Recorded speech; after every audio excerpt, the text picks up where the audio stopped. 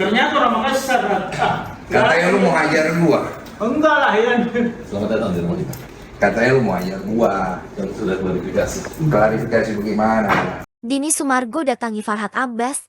Imbas Farhat tantang Dini Sumargo dan mau hajar Dini. Dalam suatu wawancara di kasus Novi dan Agus, Farhat berkata mau hajar Dini Sumargo. Berani dia menghina saya, ya. Denny, lu ngomong kasar, gua hajar lu kalau berani ngomong sama saya, ya. Kamu siapa? Saya nggak takut. Kamu lah yang membuat ulah ini sampai ini terjadi seperti ini. Kamu terlalu membela Novi, ya.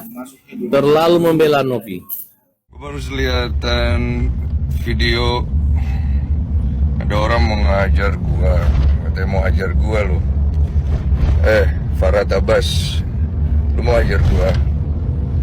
Lu kasih tahu lokasi lu di mana sekarang, gua samperin lu hajar gua di situ, gua mau lihat. Ya. Setelah didatangi Dini Sumargo, Farhat berdalih kalau kata hajar itu adalah sebuah perumpamaan, bukan hajar ingin memukuli orang. Begitulah kata Farhat di hadapan Dini Sumargo. Tunggu dulu, jadi saya mau luruskan. Jadi mau dihajar atau tidak saya, Pak? Kalau saya itu punya LSM namanya hajar. Mobil saya juga hajar. Hajar itu hukum jamin rakyat. Jadi kalau kita bilang hajar, PKR pukul itu artinya pembela kaum lemah. Ya. Saya nggak kepikiran mukul orang nonjok muka, itu memang betul. Saya udah jelasin berkali-kali. Kalau begitu saya pulang. Bahkan Densu menolak bersalaman dengan Farhat Abbas.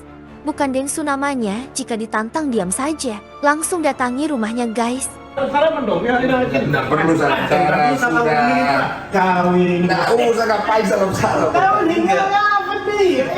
Bos, begini. Saya datang mau dihajar. Jadi kan kalau tidak jadi dihajar ya saya Ya, pulang. saya kan juga namanya orang pengacara, kita nggak mungkin kita mau menganiaya manusia. Saya tidak akan tuntut. Saya nggak mungkin. Jangan, Mas. Ini saksi kamera, saya tidak tuntut kau. Udah. Ya nggak bisa juga lah mukul orang, nggak mungkin, gitu kan? Ya udah kalau begitu. Saya pulang ya, saya izin. Mohon maaf saya ganggu malam. Masa kematangannya Pak Denny itu dalam begitu kan? Oke. Emang tadi ada permintaan maaf nggak sih mungkin dari abang? Nggak ada, dari kita nggak ada. Densu? Dia nggak minta maaf, saya jangan minta maaf. Cuman Denny iklan gitu. Kalau gitu kan tidak ada. Saya permisi pulang, ya sempat ya nggak usah salaman. Tapi ketika saya jelaskan, ngomong ini, akhirnya lama-lama jalan sampai di sini clear sama sahabat saya ini Ais, kemudian Denny kita clear ada masalah. Udah sampai situ. Jadi kita nggak perlu lagi kayak Novi dengan Agus harus tunjuk kaki gitu, ya kan? Nah menurut saya, ya saya mengartikan dia termasuk orang yang berani lah gitu.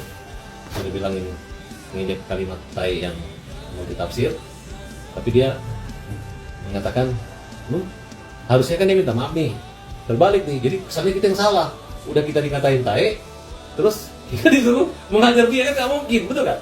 Yang ada, lu bilang gua tai aja itu sudah satu kesalahan, terus mau dibalas dengan ancaman hukuman 1 tahun, ya, dibalas dengan 351 penganiayaan, atau kalau saya 2 pukul dia jadi kena 170 pengeroyokan, rugi banget gitu, nggak mungkin gitu, ya nggak?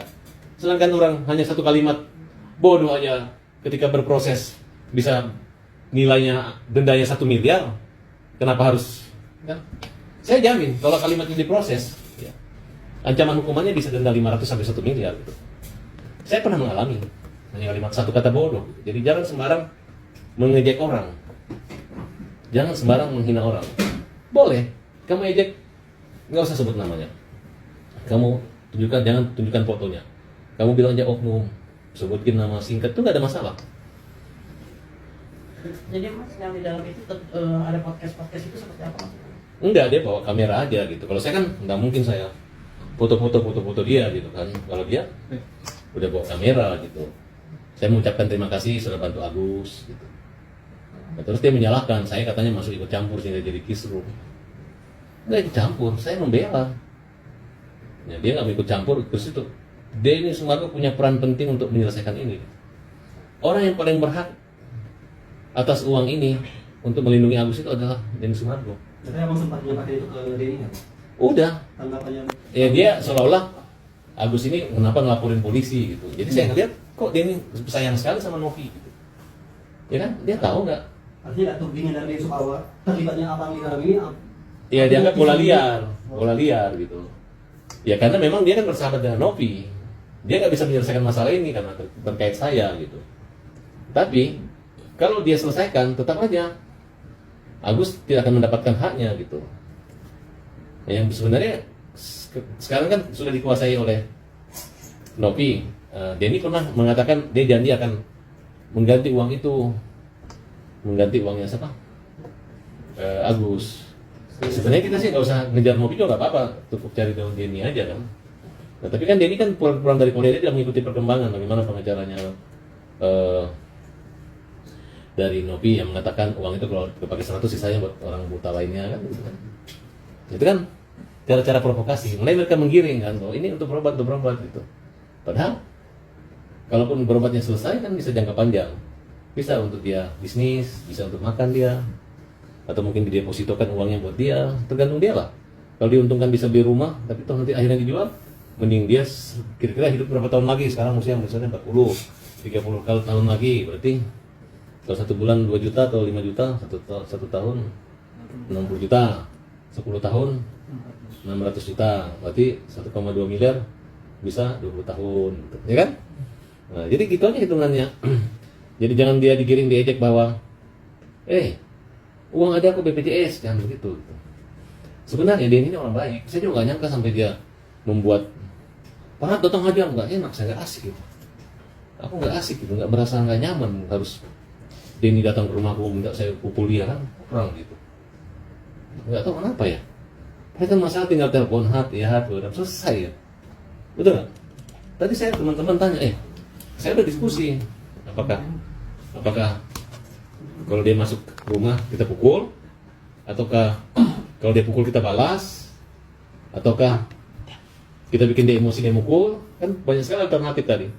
Tapi yang saya coba, saya sholat dulu, habis sholat dulu saya tenangkan hatiku. Akhirnya, karena kalau pesan ibuku, ya bapakku, kalau kamu emosi lebih baik kamu berwudu dan pergi sholat, duduk sholat. Nah, kenapa? Ya mudah-mudahan bisa tenang gitu. Mudah-mudahan tidak ada setan yang memancing, memperkeruh. Dengan cepatnya di sini, saya anggap nggak ada setan lagi, kira-kira begitu. Oleh karena itu, saya agak nggak asik juga ya, sebenarnya nggak asik gitu. Tapi ya, saya malah mikir jangan-jangan nanti kita ditempelin dulu sama dia tuh, atau marah gitu kan. Tapi saya pikir dia kan orang makan gitu. Sebenarnya nggak perlu gua mukul gini. Saya malah menggambar, malah teman saya nakutin bahwa Denny orang Makassar mau satu badik, mau bawa badik, bahaya nih. Jadi kalau kurus dikit mungkin nggak tembus badik, ini gemuk ini mudah nyobeknya ini kan. Terus apa saya mau badik juga kan, betul nggak? Ya pokoknya udah pikir itu nggak enak gitu. Ya tapi saya bilang nggak, masa gua nggak datang, dia udah datang, gengsi dong gitu kan. Nah, saya bilang Denny ke rumah Farhat Abbas bukan untuk silat, tapi silaturahmi, betul nggak? Bukan mencari nia dan niati, tapi mencari nia damai, damai. Cari damai, bukan cari dani, tapi cari damai. Kan betul nggak? Kemudian kita nggak bicara panjang, dia bilang selesaikan urusan itu. Dia permisi kan? Permisi baik, mungkin ya pokoknya dia nginjak terus di tanah di rumah saya, kakinya diinjak kayak gini, nah gitu mungkin. Udah kayak kuda itu kalau tutup gitu, nggak tahu artinya apa ya. Apakah dia sebelum masuk rumah saya berdoa, apakah dia keluar juga berdoa gitu kan. Tapi yang jelas kan saya udah sebelum Denny ketemu saya udah bilang, Denny udah klarifikasi kalimatnya, ditafsirkan yang positif ya. Kalau misalnya kalimatnya Denny itu dari depan tae, tapi kalau mungkin dia nyuruh saya baca dari belakang gitu kan, tuh ya. Misalnya dia kayak gitu kan, jadi makan kan, betul nggak? Balik tae ya, betul nggak? Jadi saya anggap Denny menyuruh saya jangan baca dari depan. Kalau dari depan tae, tapi kalau dari belakang makan, kan? Boleh juga lah pikiran gue gitu. Makanya kalian lain kali jangan marah, jangan cepat marah. Kalau orang bilang tae itu artinya makan.